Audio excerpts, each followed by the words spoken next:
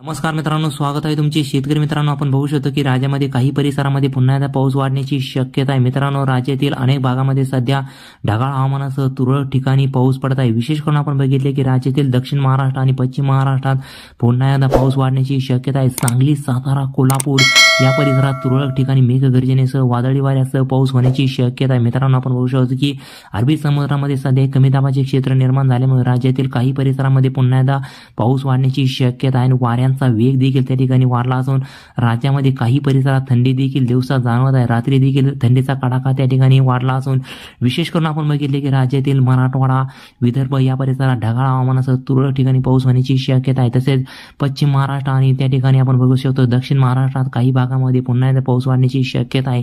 सांगली, सातारा, कोल्हापूर, पुणे, नगर या परिसरात हलका ते मध्यम पाऊस आज सायंकाळी रात्री उशिरापर्यंत होण्याची शक्यता आहे. मित्रांनो, या परिसरात ढगाळ हवामानासह तुरळक ठिकाणी पाऊस होण्याची शक्यता आहे. सोलापूर, अंकलोज या परिसरात देखील काही परिसरामध्ये पाऊस पडण्याची शक्यता आहे.